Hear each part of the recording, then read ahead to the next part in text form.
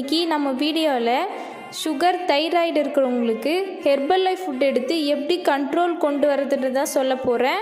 நாங்கள் நிறைய பேருக்கு weight loss, weight gain, BP, sugar, thyroid, cholesterol, joint pain, PCOS இந்த மாதிரியான ப்ராப்ளத்துலேருந்து ரிசல்ட்ஸ் எடுத்து கொடுத்துட்ருக்கோம்.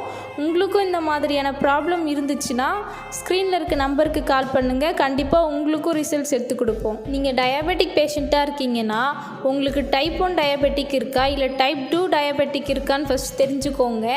எத்தனை வருஷமாக இருக்குது, இன்ஜெக்ஷன் மூலிமா இன்சுலின் எடுத்துகிட்ருக்கீங்களா இல்லை டேப்லெட் எவ்வளோ எம்ஜியில் எடுத்துகிட்ருக்கீங்க, இத்தனை வருஷமாக உங்கள் ஃபுட் ஹேபிட் எப்படி இருந்தது, இதை கண்ட்ரோல் பண்ணுறதுக்கு வேறு மெத்தட் ஏதாச்சும் ட்ரை பண்ணியிருக்கீங்களா, இதெல்லாம் சொன்னீங்கன்னா ஹெர்பல் லைஃப்பில் எந்த ஃபுட் எடுத்தால் உங்கள் டயபெட்டிக்கை நார்மல் கொண்டு வரதுக்கு சப்போர்ட் பண்ணணும் நாங்கள் உங்களுக்கு சொல்லிக் கொடுப்போம். அடுத்தது தைராய்டு.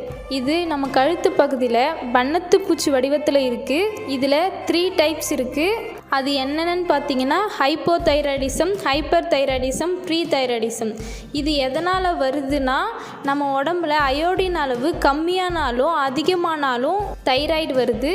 அப்போது இதை கண்ட்ரோல் பண்ணுறதுக்கு நம்ம நிறைய நியூட்ரிஷன் ஃபுட்டாக எடுத்துக்கணும். அப்போது ஹெர்பல் லைஃப் நியூட்ரிஷன் ஃபுட்டு மூலிமா உங்கள் தைராய்டை நார்மலுக்கு கொண்டு வரதுக்கு நாங்கள் சொல்லிக் கொடுப்போம். இந்த வீடியோ பார்த்துட்ருக்க உங்களில் யாருக்காவது டயபெட்டிக், தைராய்டு இந்த மாதிரி ப்ராப்ளம் இருந்ததுன்னா ஸ்க்ரீனில் இருக்க நம்பருக்கு கால் பண்ணுங்கள். இந்த நியூட்ரிஷன் ஃபுட்டு மூலிமா உங்கள் ரிசல்ட்ஸ் எடுக்கிறதுக்கு நாங்கள் உங்களுக்கு சப்போர்ட் பண்ணுவோம்.